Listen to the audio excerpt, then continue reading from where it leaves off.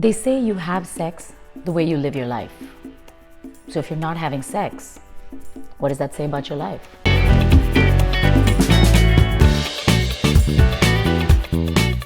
It's such a common story in this day and age. Couples that just don't have sex anymore. They're down to once a month, or maybe once a year, or maybe not at all. And it really doesn't matter because in the bigger picture, everything works. We still want sex. My girlfriends and I talk about it constantly. Porn is still widely rampant, and at least 30% admit to infidelity. So if we still want it, why aren't we getting it? When we think of sexual energy, we think of Aphrodite, crazy lady, always checking herself out, touching herself for no reason, taking lovers with abandon without apology. We think of Eros, creepy little guy, bow and arrow, capable of making the most sane mind completely insane with passion. Sexual energy is unpredictable, it's uncontrollable. So in a society that likes to have its inhabitants controlled and predictable, we've been taught to believe that sex is here and life is here. Missionary, with the lights off, to make babies. Not that sexual energy is a critical and vital life force. Hell, it fucking created it. So we're really afraid of that erotic energy in ourselves or in anybody else. I'll give you a personal example. I was one of those girls that was born with a lot of erotic energy. Call it sensuality, call it sexuality, whatever it is. And it was palpable, particularly as I grew up. And I was always described as loose, easy, she came to play.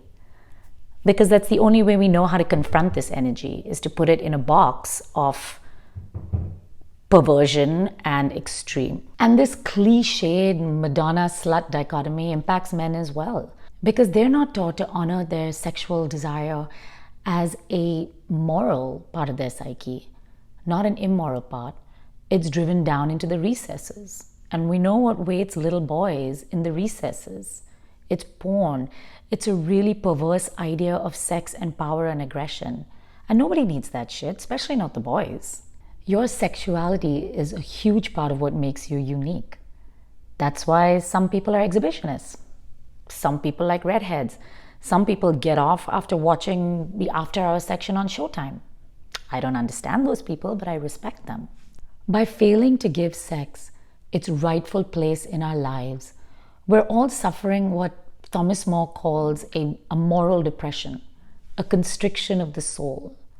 And yes, we're more successful than we've ever been, and we're more technologically advanced, but a lot of us are walking around feeling a little dead inside, right? So what's the solution? And I've been doing a lot of research on this, and it comes down to a few things. Give yourself permission to experience pleasure, and pleasure just for the sake of pleasure. Not because it makes you smarter, not because it makes you richer, not because it's going to send your little boy to Harvard. Pleasure because it's what the soul needs. And here are a couple of things that get in our way. Number one, the ego, our old friend.